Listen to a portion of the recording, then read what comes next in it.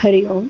आज मंगळवार, आषाढ 4 ऑगस्ट 2026. सद्गुरू ब्रह्मचैतन्य गोंधळेकर महाराज यांच्या प्रवचनाचा आजचा भाग. वासनेला कसं जिंकता येईल, ऐकूया महाराजांचे विचार. कितीही विद्वान पंडित जरी झाला तरी त्याला स्वतःचा अनुभव आल्यापासून ज्ञान सार्थके लागलं असं होत नाही. पोथी ऐकून ज्याला वैराग्य आलं त्यालाच पोथी खरी कळली असं म्हणावं.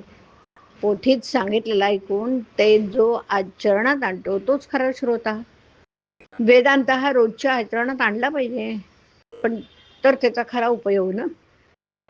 म्हणूनच सर्व प्रचितींमध्ये आत्मप्रचिती ही उत्तम. जो भगवंताला शरण गेला त्याच्यापाशी शब्दज्ञान नसलं तरी त्याला मिळवायचं काही उरतच नाही ना.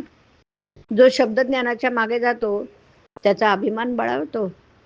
जो शब्दज्ञानी नसतो त्याला अभिमान नसेलच असं नाही, अज्ञानी माणसालाही अभिमान असतो बरं, परंतु तो घालवणं सोपं आहे.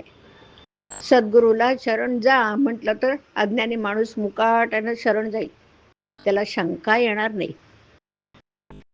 काशीला जाणारे पुष्कळ रस्ते आहेत, पण कोणत्याही रस्त्याने जायचं तरी आपलं घर सोडल्याशिवाय जाता येत नाही ना.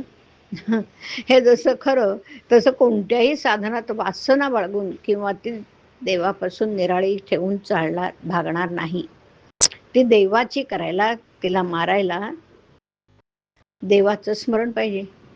भगवंताचं होणं हे माझं या जन्मातलं मुख्य काम आहे असं समजावं. मी भगवंताचा कसा होईल याचा सारखा रात्रंदिवस विचार करावा. मी दुसऱ्या कोणाचं नाही ही खात्री असली म्हणजे भगवंताचं होता येतं. आपलं मन वासनेच्या अधीन होऊन तात्पुरत्या सुखाच्या मागे गेल्यामुळे थप्पड खाऊन परत येतो. लोक समजतात तितकं वासनेला जिंकणं कठीण नाही. आपली वासना कुठे गुंतते ते पाहावं. आपल्या अंगातलं रक्त काढून ते तपासून आपल्याला कोणता रोग झालाय हे डॉक्टर पाहतात. त्याचप्रमाणे आपलं चित्त कुठे गुंतलंय हे आपण पाहिलं पाहिजे. तो आपला रोग आहे. जी गोष्ट आपल्या हातात नाही तिच्याविषयी वासना करणं वेडेपणच आहे, हे ध्यानात ठेवावं. आणि म्हणूनच विचार आणि नाम यांनी वासनेला खात्रीने जिंकता येईल. मग आपलं कर्तेपण आपोआप मरून जाईल. हिमालयावर ज्यावेळी आकाशातून बर्फ पडतो त्यावेळी ते अगदी भुसभुशीत असतं, पण ते पडल्यावर काही काळाने दगडापेक्षाही घट्ट बनतं. अगदी त्याचप्रमाणे वासना ही सूक्ष्म आणि लवचिक आहे, पण आपण तिला देहबुद्धीने अगदी घट्ट बनवून टाकतो. मग ते काढणं फार कठीण आहे जातं ना. भगवंताची वासना ही वासना होऊ शकत नाही.